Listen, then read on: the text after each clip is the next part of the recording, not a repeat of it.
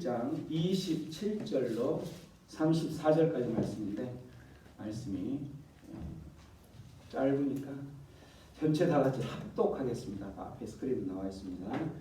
합독할 때에 큰 소리로 천천히 하나님께서 주신 말씀을 받도록 하겠습니다. 시작.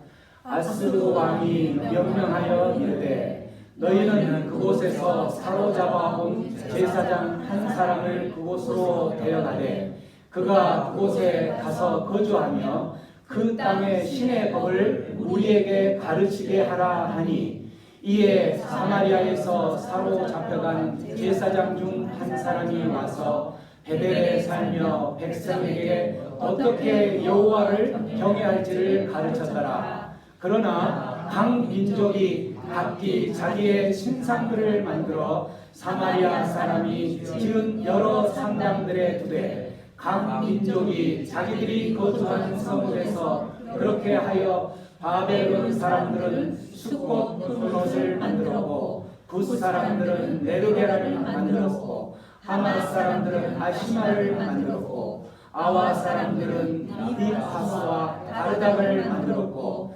스바라의 사람들은 그 자녀를 불살라 그들의 신 아두람멜렉과 아남멜렉에게 드렸으며 그들이 또 여호와를 경외하여 자기 중에서 사람을 산당의 제사장으로 택하여 그 산당들에서 자기를 위하여 제사를 드리게 하니라. 이와 같이 그들이 여호와도 경외하고 또한 어디서부터 옮겨왔는지 그 민족의 풍속대로 자기의 신들을 섬겼더라. 아멘. 오늘 말씀 첫 말씀은 아수르 왕이라는 한 사람이 등장을 합니다. 아수르 왕, 아수르라는 나라의 한 왕이 등장하는데 그 왕이 명령을 내리죠. 어떤 명령을 내리냐면 제사장 한 사람을 잡아와라. 제사장 한 사람을 잡아와서 이 그 땅의 신의 법, 이제 하나님의 말씀이고 율법이고 그런데 하나님의 땅의 그 땅의 신의 법을 무리들에게 가르치게 하라라고 해서 그 제사장이 왕의 명령을 붙들어서 이제 어떻게 여호와를 경외할지를 가르쳤던 거예요. 왕은 왜 갑자기 이렇게 하나님을 경외하라는 그 땅의 신의 법, 하나님의 말씀, 율법을 가르치라고 명령을 내렸을까? 이 왕이 아스루 왕이 명령을 내리게 된 배경은 무엇일까? 이 지금 아수르라는 지역을 이제 여러분들 잘 아시겠지만 지금 현재 지역의 아수르가 전체 영역을 차지할 때는 조그만 이스라엘 땅부터 시작해서 요르단, 레바논, 시리아, 이라크 지금 그리고 이집트 쪽에 이러한 작은 부위도 차지할 정도로 아수르라는 거대한 제국이었죠. 이 제국이 이제 이스라엘 민족도 다스리고 있는 상황이었는데 이스라엘 민족으로부터 조공을 받았어요. 그래서 이스라엘 민족은 매년 나온 곡식들이나 이런 것들을 어디에 바쳤냐면 아수르에 바쳤던 거죠. 한참 바치다 보니까 이스라엘에 어떤 생각이 들었냐면 이걸 언제까지 바칠까? 이걸 바치는 것보다는 차라리 이 아수르의 힘과 겨누어서 이길 수 있는 이집트에 이 이스라엘이 이집트에 좀 의지를 하면 조공을 안 바쳐도 되지 않을까 이런 생각이 들면서 아수르를 배반하죠.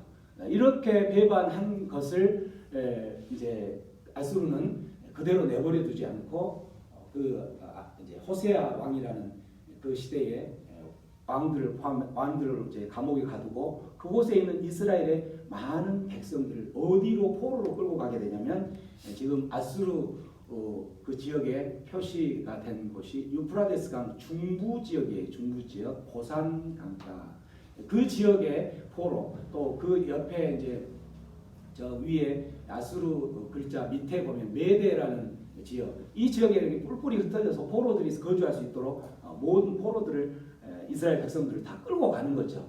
그리고 끌고 간 그 빈자리에 누구를 데려다 놓냐면 바벨론 저기 아수르에 사는 사람들부터 시작해서 주변에 살고 있는 많은 민족들을 그곳에 이주를 시키는 거예요.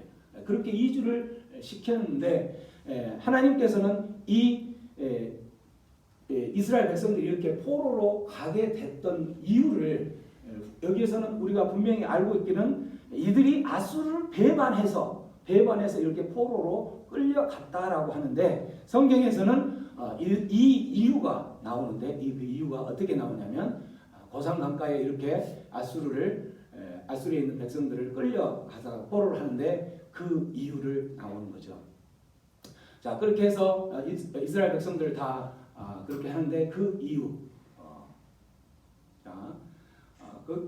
잠깐만요. 17절에 보면은 25절에 보면 그들이 하나님의 말씀에 대한 부분을 이해하지 않아서 그렇게 된 것인데 아수르가 하나님의 말씀을 그곳에 가르치라고 한 이유가 뭐냐면 이제 이렇게 그 많은 민족들이 이스라엘 땅 안으로 들어왔잖아요. 들어와서 이들이 그곳에 들어와서 이스라엘 백성은 하나님이 다스리는 나라였는데 이스라엘 땅에 와서 이들이 25절 보면 그들이 처음 그곳에 거주하기 때문에 무엇을 하지 않았다? 여호와를 경외하지 않았다. 여호와를 경외하지 않아서 여호와께서 그 사자들을 몇을 보내서 몇 사람을 죽이게 되는 거예요. 죽이게 되니까 그 아수르 왕이 왜 죽었지라고 했을 때 그 신하 중에 한 사람이 아수르 왕에게 이야기하기를 그 땅은 하나님이 다스리는 곳인데 그곳에 많이 이주시켜 놓은 그 많은 사람들이 하나님을 알지 못하기 때문에 하나님을 경외하지도 않고 그렇게 살았기 때문에 이러한 재앙을 당한 것입니다라고 이야기를 하니까 이제 오늘 첫 말씀에 아수르 왕이 명령을 보내는 거죠. 그래? 그러면 그 땅에 법을 잘 가르칠 수 있는 제사장 한 사람을 데리고 와서 그 말씀을 가르치게 하라라고 해서 그 제사장이 여호와를 어떻게 경외할 건지를 가르쳤다는 거죠. 그런데 그렇게 가르쳤을 때에 그들이 그 하나님만 경외하는 것이 아니라 그러나로 나오죠. 29절 말씀. 그러나 이주해온 그 이스라엘 땅에 이주해온 많은 민족들은 하나님을 경외하고 하나님의 말씀을 배웠음에도 불구하고 그러나 각 민족이 각각 무엇을 만들었더라? 자기의 신상들이라는 것은 자기 민족들만의 특유의 그 우상들, 자기가 믿었던 섬겼던 신들, 그 신들을 만들었다는 거죠. 그 우상을 만들었는데 보면은 아까 30절에 그곳에 온 사람들이 바벨론 사람도 왔을 거고 또 여러 나라 사람들인데 그 바벨론 사람들이 무엇을 만들어요? 숫꽃 분옷이라는 그걸 만들고 자 붓사람은 무엇을? 네르갈 또 하맛 사람은 아시마 또 닙하스와 다르닥을 아와 사람들이 만들고 있는 거죠. 또 스바라임이라는 사람들은 그 자녀들이 어디를 지나서 불을 살라서 인신제사를 말하는 자녀들을 불 가운데 던져서 그 던진 것을 누구에게 드린다라고 하냐면 바로 아드람 멜렉 우리가 이제 몰렉신 이렇게 표현하는데 그 몰렉신에게 바치게 하는 이런 우상들을 범하고 있었던 거죠. 여기에서 분명히 우리가 이제 생각해야 할 것은 이 백성들은 이렇게 하나님의 제사장을 통해서 여호와를 경외하는 법을 배웠음에도 불구하고 그들이 여호와를 경외함과 동시에 33절에 보면 그 민족의 풍속대로 자기의 신들도 섬겼더라라고 이야기가 나오고 있죠. 그러면 보세요. 이런 것들이 바로 이제 뭐냐면 혼합주의 이런 표현을 하는데 하나님도 섬기고 또 내가 지금까지 믿어왔던 우리 민족들 내 조상들이 믿어왔던 그 어떤 그 민족들만의 특유의 신도 섬기고 이게 이제 혼합주의가 되는 거죠. 그래서 이 사람들에게는 이 하나님이라는 존재는 유일신 한 분 하나님 만군의 주요 만주의 주이신 그 모든 신들 중에 신이요 왕들 중에 왕이신 그 하나님이 아니라 그 어떤 한 지역, 어떤 한 나라의 신들 중에 한 신들 이러한 모습으로 생각했던 거죠. 그래서 그들이 생각할 때는 그래 가르침을 받았기 때문에 여호와를 섬기는데 여호와를 섬기면서 같이 지금까지 섬겼던 자기들의 그 우상들을 신들을 섬겼던 거죠. 이렇게 하나님도 섬기면서 하는데 이러한 모습들은 지금의 우리의 모습과 별반 다를 게 없다는 거예요. 우리들도 하나님을 믿는다고 하면서 하나님을 믿는다고 하지만 우리 안에 또 한편에 세워놓고 의지하고 있는 그것이 있다는 거죠. 그게 어떤 것들이에요? 앞에 나와 있는 것처럼 제일 많이 의지하는 게 뭐예요? 만몬이죠. 돈만 있으면 돈을 위한 것이라면 살인도 불사하고 돈만 있으면 못할 게 없는 게 사회주의, 공산주의나 이런데 뿐만 아니라 민주주의 우리가 살아가고 있는 이 시대에도 마찬가지라는 거죠. 돈만 있으면 돈을 벌기 위해서는 묻지마 살인 그러한 살인 교사를 했을 때 그걸 받은 그 킬러는 돈을 벌기 위해서는 아무런 양심도 가책도 없이 일들을 범한다는 거죠. 왜? 그게 바로 그들의 신이기 때문에 그들이 믿는 그들이 의지하는 신이기 때문에 우리들도 마찬가지. 우리들도 우리의 삶의 한켠에는 하나님을 믿는다고 하면서 나의 모든 것을 하나님께만 바치겠다고 노력하고 또 다짐하고 하지만 살아가는 내 삶의 정작 그 모습 가운데에서는 그 하나님은 뒤편에 서고 내가 의지하고 있는 그것을 향해서 달려가고 있다라는 거죠. 우상. 그게 바로 우상이에요. 하나님보다 더 내 모든 마음을 빼앗긴 그것이면 모든 게 그게 우상입니다. 돈이 제일 많이 우리의 황금주의, 이 만몬이즘, 이 모든 것들이 우리를 빼앗아가는 우상으로 다가오는 것들이죠. 성공을 위해서라면 내가 조금은 세상과 타협을 해 나갈 수 있는 그것으로 자부하면서 이거 하나쯤이면 그래도 괜찮겠지라고 생각하면서 성공을 위해서 타협해 나아가는 내 모습, 바로 이게 혼합주의의 모습이라는 거죠. 그제 우리 총선을 해서 이제 금배지를 달기 위해서 많은 사람들이 이번에는 코로나 재앙 때문에 선거 유세를 하지도 못했어요. 그렇지만 정부에서는 그 지금의 자석들을 어떻게든 많이 차지하게 하기 위해서 엄청난 그 정치 공략을 했던 거죠. 그 정치 공략의 수혜자 바로 지금 이번 현 정부가 그 수혜자가 됐던 거예요. 왜? 코로나 때문에 코로나를 그렇게 많이 퍼뜨려지지만 않았어도 코로나 그렇게 대처 잘했다는 현 정부의 그러한 모습 때문에 많은 국민들은 정말 경제가 힘들고 어려운 이 상황 가운데 있었음에도 불구하고 그 경제에 힘들어하는 모든 것들이 이 코로나를 잘 대처했다는 현 정부의 그 속임수에 그냥 다 표를 다 찍는 거죠. 이런 식으로 그 금배지를 향해서 나아가는 그런 모습들. 그들이 이 지금 이번에 금배지를 향해서 나아가는 그 사람들 중에서도 반드시 믿는 사람이 있을 거예요. 정말 믿는 그 사람이라면 이 사람이 지금 현재 우리나라가 이렇게 됐을 때 어떻게 돌아가고 있다는 것을 너무나도 잘 알기 때문에 그 사람은 그곳에 들어갔을 때에 정말 목숨을 다하여서 현 정부가 끌고 가려고 하는 이 부분들을 저지선에 서서 막아설 거예요. 그렇지만 이 사람도 역시 그냥 단순히 성공이라는 하나의 목표를 이루기 위해서 달려가는 그 길이라면 이 사람은 똑같은 우상이 될 것이라는 거죠. 금배지, 우리의 노후 자금, 보험, 이 모든 것들 하나님을 믿는다고 하면서도 그 하나님을 믿는다 하지만 내 안에 노후 자금이 없으면 뭔가 힘이 빠지고 불안한 이 상황이 있는 가운데에 우리들이 모두가 다 혼합주의와 같은 이러한 삶의 모습으로 살아가고 있다는 거죠. 여기서 한 가지 의문이 들죠.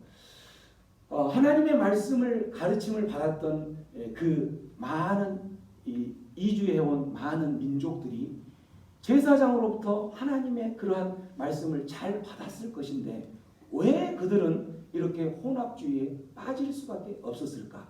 왜 그랬을까? 그 제사장이 어떻게 가르쳤길래 그 이유는 무엇일까? 제사장이 온전하지 못한 가르침을 해서 그럴까? 이렇게 생각할 수도 있겠죠. 제사장이 엉뚱한 절대 진리를 가르친 것이 아니라 어떤 세상 논리를 겸해서 가르쳤을 수도 있잖아요. 그죠? 제사장이 잘못되어서 그런가? 제사장이 잘못된 것이라면 우리 만일에 정말 올바른 제사장이 같다면, 그래서 올바른 가르침을 했다면 혼합주의에 빠지지 않을까? 여러분 어떻게 생각하세요? 올바른 가르침을 가진 정말 참 깨어있는 제사장이 가서 가르친다면 그들은 혼합주의에 빠지지 않고 그들의 삶에 변화가 생길까? 올바른 제사장, 누구보다 뒤질 수 없는 제사장, 그분이 바로 누구예요? 예수님이잖아요. 예수님이 제사장 중에 제사장, 이걸 대제사장 이렇게 표현하는데 예수님이 오셨을 때에도 그들은 대제사장 맞음에도 변하지 않았어요. 예수님이 맞지만 예수님이 가르쳤을 때 거짓을 가르쳤겠어요? 올바른 것을 가르쳤음에도 불구하고 그들은 대표적으로 변하지 않았던 모습을 가진 사람이 이스라엘의 종교 지도자들, 예수를 믿는다고 소위 그때 말하면서 했던 종교 지도자들이 예수가 가서 가르치고 있음에도 불구하고 그들이 예수를 믿지 않고 결국은 그 예수를 믿는데 변화되는 것이 아니라 어떤 식으로 변화가 됐어요? 예수를 십자가에 못 박히는 이러한 상황까지 가게 되는 거예요. 예수를. 왜 그럴까요? 제사장이 잘못된 것이 아니고 올바른 제사장이 가서 제사장 중에 제사장이요 그러한 제사장이 그들을 올바른 진리를 가르쳤을 것인데도 이렇게 오히려 그 제사장을 십자가에 못 박는 상황까지 가게 되는 이유가 뭘까요? 그건 바로 여기에 뭐가 없기 때문에 그리스도 안에 그들 안에 인격적인 그 주님, 인격적인 만남이 없기 때문에, 영적인 체험이 없기 때문에 인격적인 만남, 전인격적인 만남 이렇게 표현하는데 인격적인 만남 이게 뭘까? 전인격적인 만남이 없는 사람들은 그들이 그러한 종교 생활을 하고 믿는 생활을 하는 것 같지만 그건 하나의 흉내만 내고 있다는 거죠. 전인격적인 이 예수님을 만나는 영적 체험이 없기 때문에 인격적인 만남이라는 것은 지정의적인 만남이 있어야 된다는 거예요. 지정의적인 그러한 영적인 체험의 만남이 있어야 되는 거예요. 지정의적인 만남이라는 건 뭐냐면 첫 번째는 지적인 만남이에요. 지적.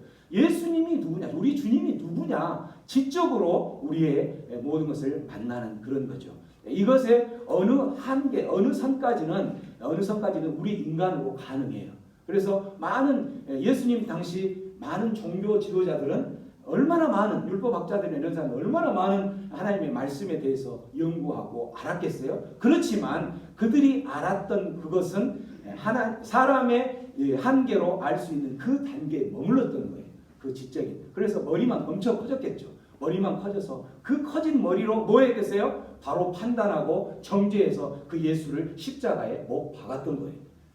이러한 지적인 만남에서 머무르는 자들은 그러한 곳에 예수를 십자가에 못 박고 혼합주의로 빠져든다는 거죠. 어디까지 가야 되냐면 정적인 만남까지 가야 되는 거예요. 지적인 만남 가운데 우리가 그것이 들어왔을 때에 그 만남을 통해서 깨달은 그 주님, 그 예수님을 깨달았을 때 그 예수님이 정말 그러한 분이 나의 주님이라면 그분은 내가 정말 믿을 만한 분이구나 라고 감격이 일어나는 이러한 그 만남이 이루어져야 된다는 거죠. 그 감격은 그냥 단순히 지식적으로 문자적으로 만난 하나님을 통해서 문자적으로 만난 주님을 통해서는 알 수가 없어요. 우리가 그 감격이 있어야 되는 것은 인간의 어떤 능력의 한계를 뛰어넘어서 누가 개입해야 되냐면 바로 성령 하나님이 개입을 해야 되는 거예요. 성령 하나님의 개입을 통해서만 정적인 감격이 있는 거예요. 내가 예수님을 만나서 정말 내 안에는 기쁨이 넘치고 내가 이 기쁨을 나에게 기쁨을 주는 우리가 아까 찬양했던 것처럼 나 기뻐하리 그 기쁨을 내가 전하지 않고서는 견딜 수가 없다. 그 견디는 전하는 과정 가운데에서 행여나 내 삶의 생명을 위협하는 일이 있을지라도 나는 전할 수밖에 없다. 왜? 내 안에는 그 감격이 있기 때문에 라는 이 감격은 인간의 능력으로 인간의 어떤 지식을 높인다고 해서 일어날 수 있는 게 아니라는 거죠. 하나님께서 터치하시고 만나 주실 때 가능한 거예요. 하나님께서 터치하신 그 성령의 개입이 있을 때에 내 안에 감격이 있어서 폭발적인 눈물이 나올 거고 폭발적인 감격과 함께 바로 뭐가 이루어지냐면 의지적인 결단이 이루어지는 거예요. 그런 하나님이라면 내가 뭐 하겠다? 내 모든 인생을 하나님께 바칠 수 있고 의지할 수 있고 의탁할 수 있겠다라고 결단할 수 있다라는 거죠. 왜? 그분이 나의 구원자이시니까. 왜? 그분이 나의 메시아 그리스도이시기 때문에 나의 죄와 허물과 죄를 제사하기 위해서 십자가에 못 박혀 죽으신 분이시기 때문에 그러한 분이 나의 주님이시라면 나는 그 분께 모든 걸 내 삶의 모든 것을 맡기겠다라고 결단할 수 있다는 거죠. 이 의지적 결단은 바로 우리가 하고 싶다게 되는 게 아니라 무엇으로 인해서 하나님의 간섭하심 성령의 간섭하심을 통해서만 가능하다는 거죠. 이러한 성령의 간섭하심으로 인해서 감격이 있고 또한 의지적인 결단이 있는 사람들은 바로 뭘 하냐면 이러한 그 사람한테 삶이 변화가 되는 거죠. 그 삶의 변화가 되는 것.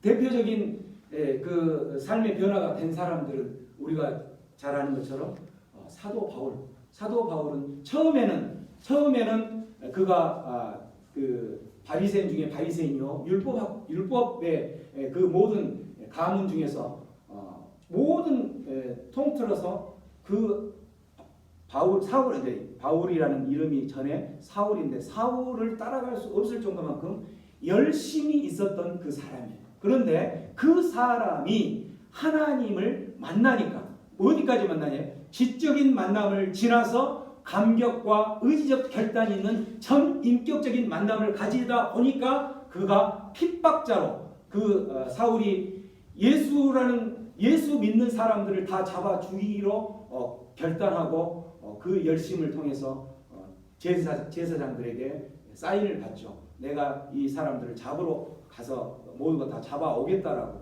그렇게 핍박을 한 핍박자가 다메섹상에 예수님을 만나는 거예요. 그때 만났을 때의 그 만남은 단순히 어떤 지적인 만남이 아니라는 거죠. 만났을 때의 그 음성을 두고 사울아 네가 나를 왜 핍박하느냐? 당신이 누군데 당신을 핍박한다고 하십니까? 내가 바로 나를 핍박하는 네가 지금 핍박하는 예수다라고 할 때에 내가 예수를 핍박한 적이 없는데 왜 나를 핍박하냐라고 이야기할 때에 네가 지금 잡아 죽이려고 하는 그 사람들을 잡아서 핍박하는 그 핍박이 나를 핍박하는 것이다. 바로 뭐냐면 그 지금 예수 믿고 숨어 있는 그 사람들을 잡아 죽이려고 하는 그 핍박이 나를 핍박하는 것이다. 예수님이 우리의 한 교회 공동체, 우리의 몸이라고 표현을 했을 때에 그 핍박을 당하는 자가 한 지체라는 거죠. 손이요, 발이요, 몸이요, 이 지체를 핍박하는 것. 이 지체를 때리고 아프게 하고 칼을 째이면 아픈 게 누가 아파요? 내가 아프고 내가 핍박을 받는 것이다. 이게 예수 그리스도에 대한 사도 바울의 우리가 이제 어려운 말로 몸이라는 표현으로 하는 거죠. 네가 핍박을 하는 그 예수를 핍박하는 것이 바로 나를 핍박하는 것이다라고 하면서 핍박하는 그 사울을 만났던 거죠. 그렇게 만나니까 이 만난 사울은 핍박자에서 뭐로 변해요? 전도자로 변한다는 거예요. 그 전도자로 변할 때에 단순히 전도만 하는 신용만 내는 것이 아니라 그는 그 전도를 하는 과정 가운데 생명의 위협을 수없이 겪고 또 우리 그 태장이라고 해서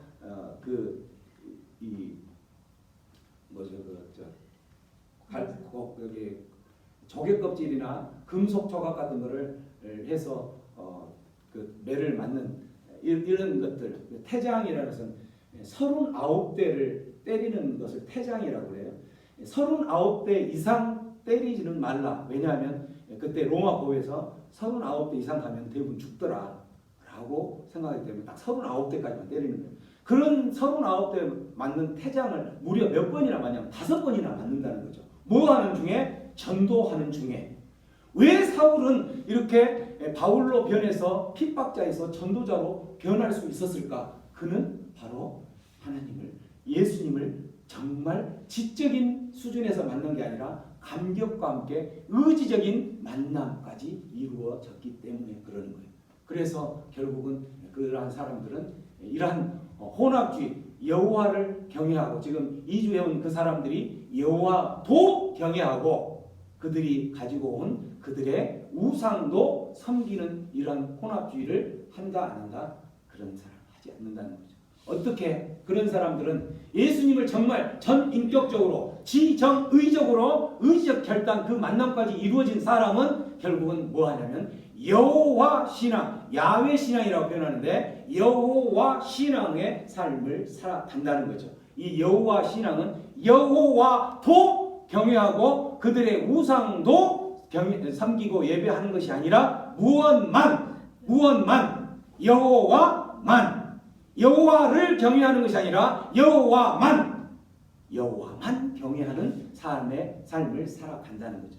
여호와만 경외하는 삶을 살아간다는 것은 하나님의 말씀 중심의 삶을 산다는 거예요. 하나님께서 뭐라고 말씀하셨느냐, 하나님께서 말씀하시는 그대로만 살아간다는 거죠.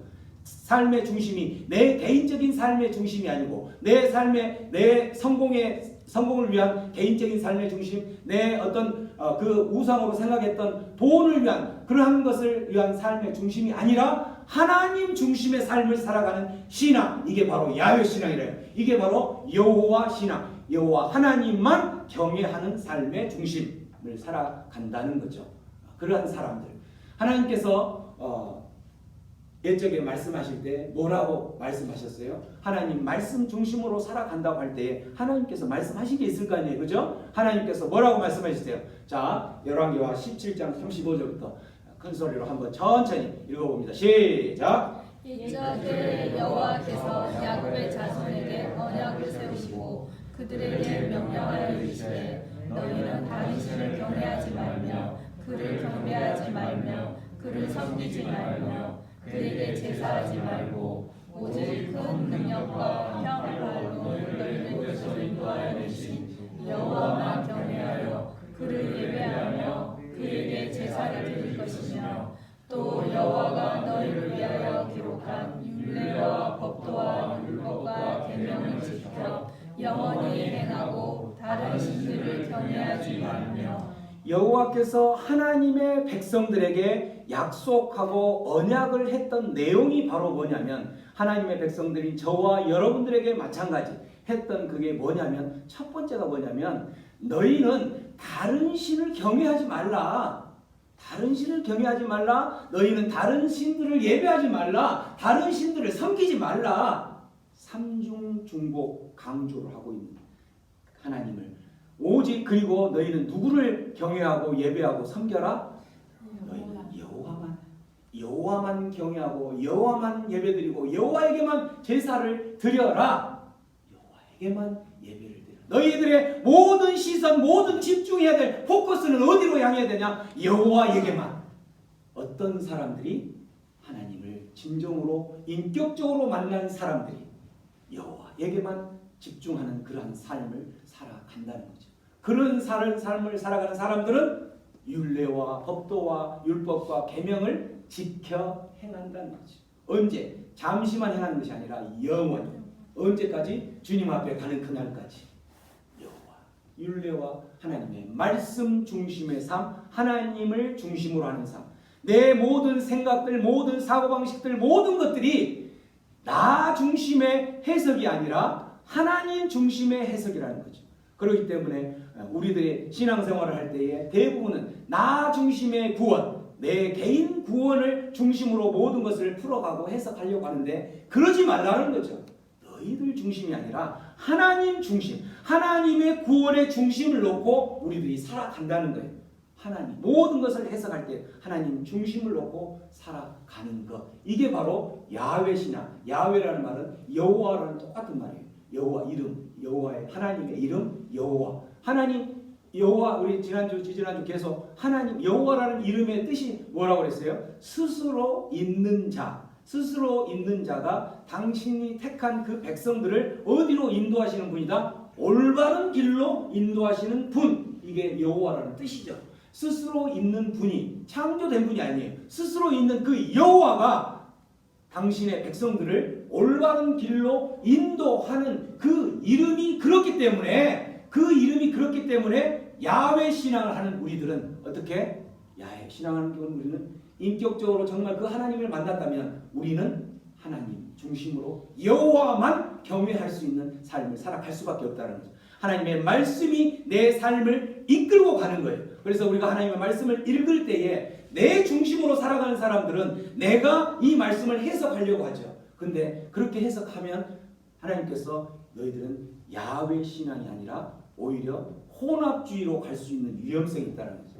하나님의 말씀이 나를 해석하고 하나님의 말씀이 나를 이해하고 인도하고 조종하는 대로, 하나님의 말씀이 오늘 주셨던 그 말씀이 나를 이렇게 살라라고 이야기하면 내가 그 말씀대로 살아가는 것, 이게 바로 말씀 중심의 하나님 중심의 삶, 하나님만 경외하는 삶이 된다는 거죠. 전인격적으로, 지정의적으로, 의지적 결단까지 이 주님을 만난 사람들은 이렇게 변화될 수밖에 없는 거예요. 변화될 수밖에 없죠. 야훼 신앙으로 살아가야 되는 이유 중에 하나는, 야훼 신앙은 하나님 그렇게 살지 않을 때에는, 혼합주의로 그렇게 살아가는 사람들에게는 하나님께서 분명히 뭘 드시냐면 회초리를 드세요. 회초리를. 우리 말씀 가운데에 아까 포로로 잡아갔던 그 이유가 아수르를 배반해서 잡아갔다라고 했는데, 이 12절 말씀에 앞에 포로로 잡혀갔더라 라고 이야기하면서 12절에 그 이유를 말하는데, 이는 하고 나오죠. 이는 그들이 무엇을 듣지 않았기 때문에? 하나님의 말씀을 듣지 않았기 때문에. 하나님의 백성이라고 택하고 하나님 백성이라고 그 이스라엘 땅이라는 한 그곳에 세상에 있는 많은 사람들을 택할 수도 있었겠지만, 그 작은 나라 하나님의 백성을 택해서 이스라엘이라는 곳에 꽂아 두었는데, 너희들은 이스라엘에 꽂아놓은 하나님의 백성이 하나님의 백성처럼 살지 않고 우상을 섬기고 있는 그 모습으로 살아가고 있어서 결국은 아수르를 배반해서 포로로 가는 것이지만, 그 근본 배경, 원인은 너희들이 하나님의 말씀 중심의 삶을 살지 않았기 때문에, 하나님의 백성이면 하나님 말씀 갖고 살아야 되고, 하나님의 백성이면 하나님만 경외하는 삶을 살아야 할 것인데, 그렇게 살지 않는 너희들에게 바로 이 재앙이 있는 것이다. 하나님의 말씀, 하나님 중심의 삶을, 야훼 신앙을 살지 않는 사람에게는 반드시 그런 하나님의 분노, 회초리가 있는 거죠. 하나님 말씀대로 살아가면 하나님께서는 엄청난 축복을 주시는 거예요. 하나님께서 계획하신. 왜 하나님께서는 하나님 말씀대로 살아가고 야훼 신앙으로 살아가는 자에게 그 축복을 주신다고 그랬어요? 2주, 3주 전에 계속 이야기했던 하나님의 이름의 뜻이 그렇기 때문에, 하나님의 이름의 뜻, 스스로 있는 존재하시는 분이 자기가 택한 백성들을 올바른 길로 인도하시는 분, 이게 하나님의 이름의 뜻이라는 거죠. 하나님의 이름이 그렇기 때문에 시편 23편에 있는 것처럼 당신의 이름을 위하여, 이 말은 당신의 이름을 위하여가 자기의 이름이 그렇기 때문에 라고 해석한다고 그랬죠. 자기의 이름이 그렇기 때문에 야훼 신앙, 하나님만 바라보고 하나님 바라보게 하고 있는 그 하나님 백성들에게 올바른 길로 인도할 수밖에 없는 거죠. 그 올바른 길은 바로 하나님께서 베풀어 주신 하나님의 준비하신, 예비하신 복이 된다는 거죠. 그 복을 누리며 살 수 있는 거죠. 이스라엘 백성들이 그러한 부분들을 살아가면서 분노에서 회초리를 맞을 때도 있지만 때로는 하나님을 경외하고 하나님을 의지하면서 그 하나님의 베풀으신 복을 누렸던 그런 경우도 또 소개를 하고 있어요. 히스기야 왕 시대에 그 일이 있었죠. 히스기야 왕 때에 똑같이 아수르의 그 왕들이 계속 이스라엘을 이제 공격을 하고 또 약탈을 하고 막 이렇게 할 때에 아수르 왕 중에 사네립이라는 한 왕이 있었는데 그 왕이 똑같이 이제 또 이스라엘을 공격을 해서 에워싸고 공격하면서 그 사네립이라는 왕이 이스라엘 왕 히스기야에게 뭐라고 편지를 보내냐면 너희들 이 지금 내가 이제 공격하고 전체를 다 성을 둘러쌌는데 너희들 이 지금 각 나라를 내가 모든 민족들을 침범했을 때에 그 땅에 신이라고 했던 그들이 믿었던 많은 신들이 있었지만 그 신들이 우리를 막아서지 못하고 다 모두 패배했는데 지금 히스기야 왕이 이제 그렇게 아수르가 공격할 때에 그 백성들에게 우리는 하나님만 의지하고 하나님만 믿고 그 하나님께 모든 걸 맡겨야 된다. 그들이 아무리 강할지라도 우리는 막아낼 수 있다라고 이야기하면서 그 군중들이 동요되지 않도록 이야기했는데 그 아수르 왕 사네립은 그 이야기도 듣고 너희들이 히스기야 왕에게 그런 이야기를 듣지만 내가 침범을 해서 각 나라의 모든 신들을 나를 저항해서 버티려고 했지만 그들이 다 모두 무너지고 내가 다 정복을 했지 않느냐. 너희 땅에 있는 하나님이라는 신도 여전히 너희들이 믿고는 있지만 나를 견뎌내지 못할 것이다 라고 이야기하면서 그 히스기야 왕이 한 말을 듣지 마라 라고 이야기를 한 편지 내용을 가지고 이제 그 백성들에게 소개를 하려고 하는 거죠. 그 편지를 들고 신하가 히스기야 왕에게 가지고 왔을 때 히스기야가 이 야훼 신앙의 삶을 살고 있는 히스기야는 바로 이렇게 행동을 했던 거예요. 어떻게 했냐면 자 히스기야가 14절 한번 읽어봅니다. 시작. 히스기야가 사자의 손에서 편지를 받아보고 여호와의 성전에 올라가서 히스기야가 그 편지를 여호와 앞에 펴놓고 그 앞에서 히스기야가 기도하여 이르되 그들이 계신 이스라엘의 하나님 여호와여 주는 천하 만국의 홀로 하나님이시라. 주께서 천지를 만드셨나이다. 여호와여 귀를 기울여 들으소서. 여호와여 눈을 떠서 보시옵소서. 사내립이 살아계신 하나님을 비방하러 보내는 말을 들으시옵소서. 히스기야가 그 편지를 듣고 너무나 막막해서 그 히스기야가 야훼 신앙을 살고 있는 그 히스기야가 바로 행한 행동이 바로 뭐냐면 성전으로 올라갔다. 성전으로 올라갔다는 것은 뭐냐면 하나님을 만나기 위해서 하나님 앞으로 갔다는 거죠. 하나님 앞으로 갔을 때에 무엇을 들고 가냐면 그 받은 편지. 아까 그 하나님을 비방하고 너희들이 맡고 있는 그 하나님 웃기지 마라. 아수르가 지금까지 정복해서 승리하지 못한 나라가 없다라고 이야기하면서 너희 하나님도 우리를 막아서지 못할 것이다라는 그런 조롱 섞인 말들을 담긴 편지를 들고 하나님 앞에 가는 거예요. 하나님 앞에 가서 그 편지를 뭐 했어요? 하나님 앞에 펼쳐놓고 하나님 앞에 펴놓고 야훼 신앙을 가진 사람들은 아무런 고난도 없고 또 아무런 고통도 없이 장밋빛 인생만 살아가는 것이 아니라 똑같이 야훼 신앙을 갖는 크리스찬들 똑같이 고난이 있다라는 거죠. 그러나 야훼 신앙을 가진 그 사람들 동일하게 고난을 받고 어려운 일을 당하지만 그 야훼 신앙을 가진 사람은 그 일 앞에 대처하는 게 틀리다라는 거죠. 대처하는 게 뭐예요? 이 세상 사람들이라면 하나님을 의지하고 하나님을 신뢰하지 못하는 사례라면 그 순간 자포자기하고 포기하고 넘어져서 울고 있든지 아무런 의욕도 없이 자포자기한 상태가 되겠지만 야훼 신앙을 가진 그 사람은 성전으로 올라간다는 거죠. 성전으로. 그리고 하나님 앞에 그 문제를 펼쳐놓고 기도한다는 거예요. 여호와를 의지적으로, 인격적으로 의지적인 만남까지 이루어진 그 야훼 신앙을 하는 사람은 반드시 만날 수 있는, 인생의 삶 가운데서 만날 수 있는 그러한 어려움 가운데 그 어려움의 편지를 들고 하나님 앞에 선다는 거죠. 이게 바로 야훼 신앙을 하는 사람들의 모습인 거예요.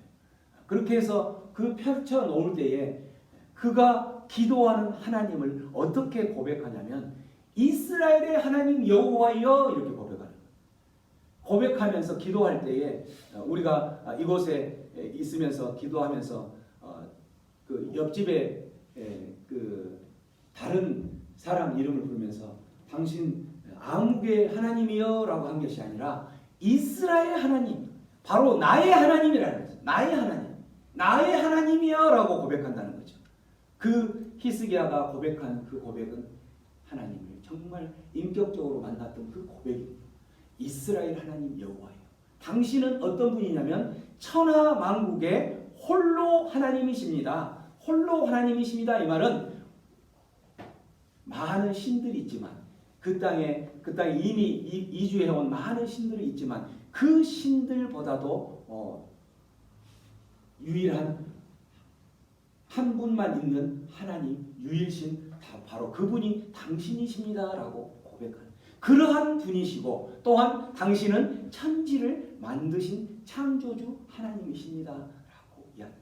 당신은, 내가 지금 편지를 펴들고 당신 앞에 지금 호소하면서 울부짖으면서 외치는 당신은 어떤 분이냐면 나의 하나님이라, 남의 하나님이 아니라 나의 하나님, 나의 하나님인 뿐만 아니라 천하 만국의 홀로 유일한 당신만이 하나님이시라는, 다른 것은 참 하나님이 아니라는, 거짓이고 가짜라는 거죠.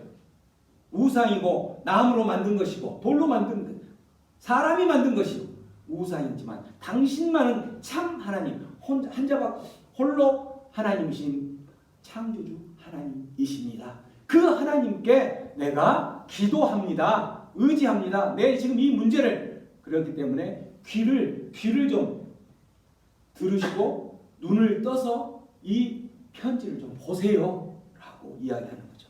하나님을 전인격적으로 만난 사람의 그 고난 앞에서의 모습, 그 편지를 들고 하나님 앞에 이렇게 호소한다는 거죠. 이게 바로 야훼 신앙을 사는 사람의 모습인 거예요. 야훼 신앙을 사는 사람은 아무런 고통도 없다? 아니요. 야훼 신앙을 사는 사람은 더 많은 고통이 있을 수밖에 없어요. 그렇지만 야훼 신앙을 살아가는 그 사람은 그 고통, 동일하게 아니면 더 많이 있을 수 있는 그러한 고통 앞에서 그 고통의 편지를 들고 누구에게 가는 사람이 야훼 신앙을 사는 사람이냐면 여호와 하나님 앞에 올라가는 사람. 그래서 그 앞에 모든 걸 털어놓는 사람, 그리고 그 하나님이 해결자이심을 믿고 전지전능하신 분이시기 때문에 그 해결자이심을 믿고 하나님 앞에 간다는 거죠. 히스기야의 이 기도에 하나님께서는 응답하셨어요. 어떻게? 편지 앞에 놓고 있을 때 히스기야가 여호와의 사자가 이 밤에 여호와 사자가 그곳에 찾아가서 하룻밤 사이에 몇 명을 죽였어요? 군사 18만 5천 명을 죽였다는 거죠. 18만 5천 명을 어떻게 죽였느냐 그건 나도 몰라요. 하지만 중요한 것은 18만 5천이라는 그 어마어마한 숫자를 하룻밤 사이에 죽였다라는 거죠. 이 18만 5천 명이 정말 어마어마한 숫자일까? 요즘 우리 코로나 때문에 사망자가 전 세계적으로 사망자가 지금 몇 명일까요? 전 세계적으로 제가 그걸 어제 데이터 설교 준비를 하면서 어제 데이터를 찾아왔는데 어제 오후 4시 40분 데이터, 총 데이터가 뭐냐면 15만 4천 명. 15만 4천 명. 지금 이 데이터는 1월 중순 중국 우한 폐렴 발생 시작 때부터 한 3개월까지, 1월 중순 때부터 약 3개월의 누적 사망자 수가 15만 4천 명이에요. 3개월이라는 기간 동안 사망자의 누적 사망자가 15만 4천이라는 의미는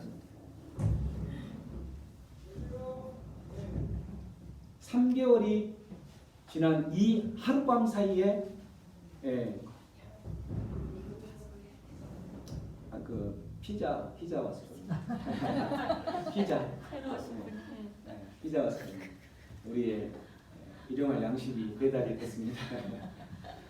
3개월이라는 기간 동안 하나님께서 저는 이제 이 숫자를 보면서 하나님께서 하시려고 마음만 먹으면 하룻밤 사이에 18만 5천을 죽이신 하나님이 3개월 동안 15만이라는 숫자를 죽였다라는 것은 하나님께서 이 코로나 재앙을 통해서 하시려고 하는 의미는 사망자가 우리에게 주는 교훈이 아니라는 거죠.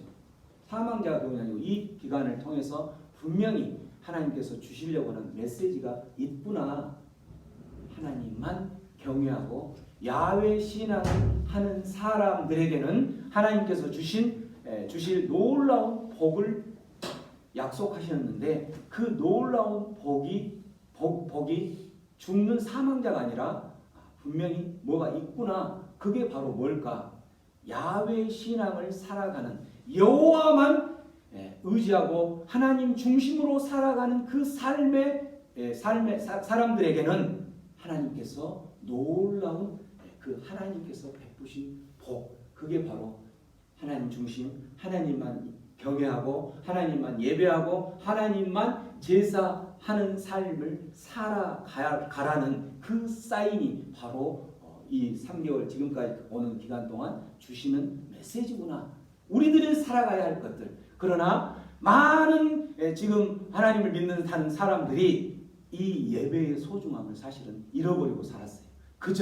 그저 형식적으로 주일이 됐으니까 그냥 형식적으로 예배 드리고 하는데 예배가 막히다 보니까 이 예배가 얼마나 소중한 것인지를 알게 됐어요. 이래서 그러한 것들을 주시는 메시지로 결국은 이제 다시 예배가 회복되고 하나님 앞에 예배 드릴 때에는 또 분명히 감격이 다를 것이다 라는 것을 느꼈던 거죠.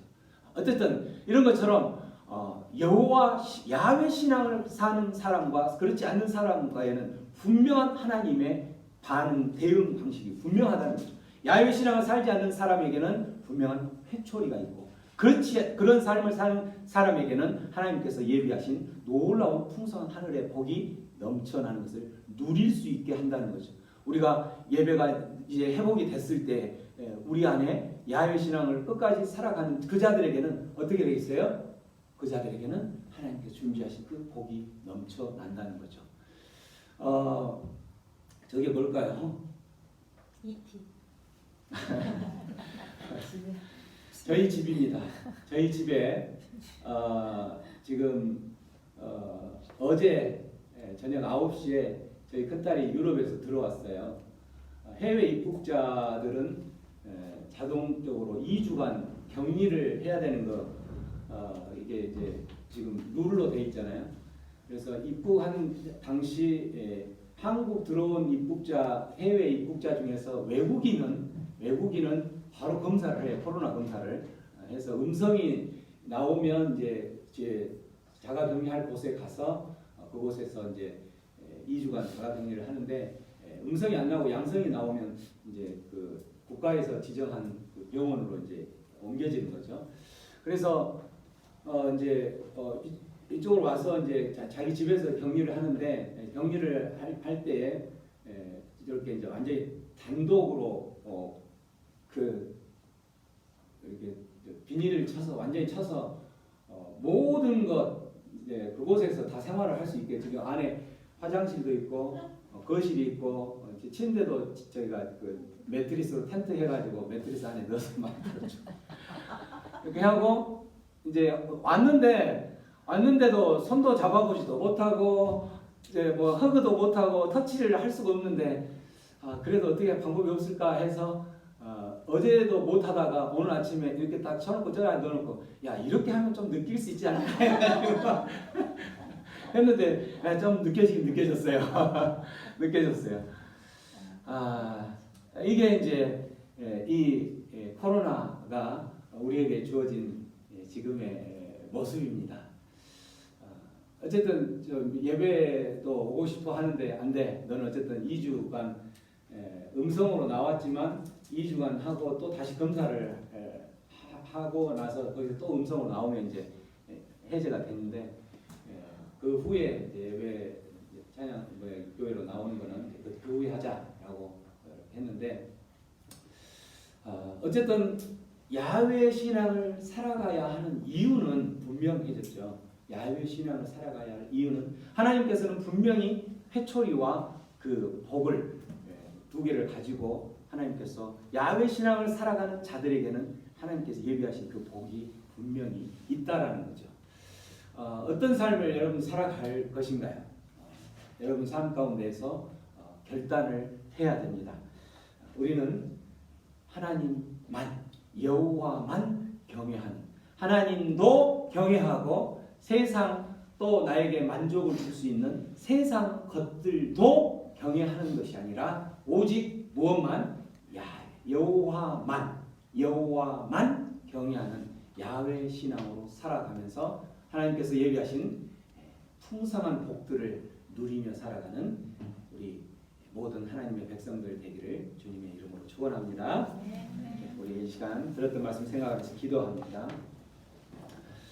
기도할 때에 그렇습니다. 우리의 삶 가운데에 때로는 우리들이 하나님만 경외하고 하나님만 예배하고 하나님만 섬기며 살아가려고 하지만 우리들의 삶들은 녹록지 않습니다. 왜냐하면 그러한 삶을 살지 못하도록 우리를 넘어뜨리고 우리 가운데에 계속적으로 방해하는 그러한 사단 마귀들의 세력들이 있기 때문이죠. 그래서 우리 시간 들었던 말씀 생각하면서 결단할 때에 하나님 그렇습니다. 내 삶 가운데에 내가 하나님만 경외하고 하나님만 예배하고 하나님만 의지하며 살아갈 수 있도록 성령 하나님 내 삶의 전 인격적인 하나님을 만날 수 있는 그러한 삶으로 인도하시고 또 그러한 삶으로 나를 이끌어 주셔서 하나님 이제는 세상 것에 하나님도 경외하면서 세상 것도 경외하는 그러한 한눈 팔지 않도록 하나님 그래서 온전한 예배자의 참된 예배자의 모습으로 살아가면서 하나님께서 베풀어 주신 그 놀라운 복들을 누리며 살아가겠습니다. 결단하며 기도하며 나가겠습니다. 하나님 아버지 은혜를 감사합니다. 오늘도 주님의 놀라운 예배 가운데로 우리를 불러주셔서 아버지를 예배할 수 있게 하여 주셔서 감사합니다. 하나님 아버지 그렇지만 아버지 마음껏 주님을 찬양하고 마음껏 주님 앞에 주님께서 베풀어 주시는 그 모든 예배의 공간 가운데 예배하지 못하고 있는 이 현실을 주님 아시오니 주님 이 모든 현실들을 주님 보시고 직시하여 주시고 해결하여 주시옵소서.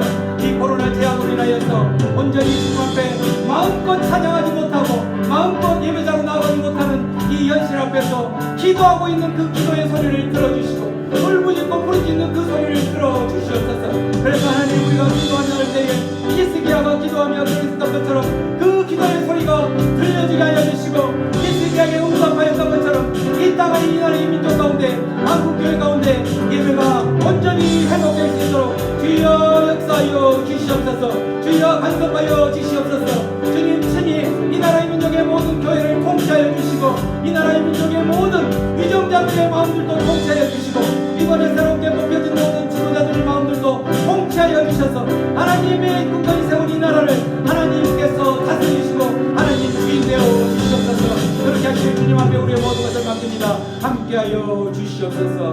감사합니다. 고마우신 하나님 주님의 은혜로 오늘도 주님 앞에 예배하며 주님의 말씀을 상고하고 주님의 말씀을 들었습니다.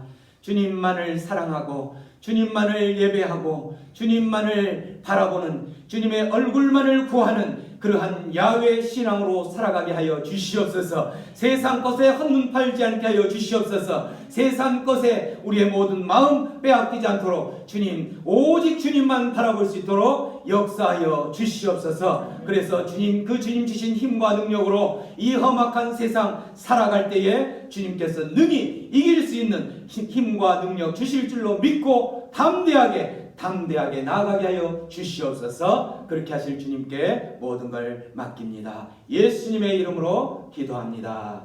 아멘. 우리 옆 사람과 멀리 떨어져서 가까이 가지 마시고 멀리 떨어져서 우리 이렇게 인사하시죠. 야훼 신앙으로 승리합시다. 야훼 신앙으로 승리합시다. 야훼 신앙으로 승리합시다. 아멘. 아멘. 야훼 신앙이 우리 모든 삶을 이끄실 줄로 믿고 우리는 그 하나님 바라보며 주님 다시 오셔서 주님 앞에 설 때까지 그렇게 나아가기를 소원합니다. 예배를 마치겠습니다. 우리 기도합니다. 이제는 우리 주 예수 그리스도의 구속의 은혜와 하나님 아버지의 무한하신 사랑하심과 성령님의 감화 감동 위로 교통 충만히 채워 주심이 오직 여호와만 예배하고 오직 여호와만 경외하고 오직 여호와만 생각하며 살아가기로 결단하는 모든 하나님의 백성들 위해 이제부터 영원토록 함께 하실 것을 주님의 이름으로 간절히 축원하옵나이다. 아멘.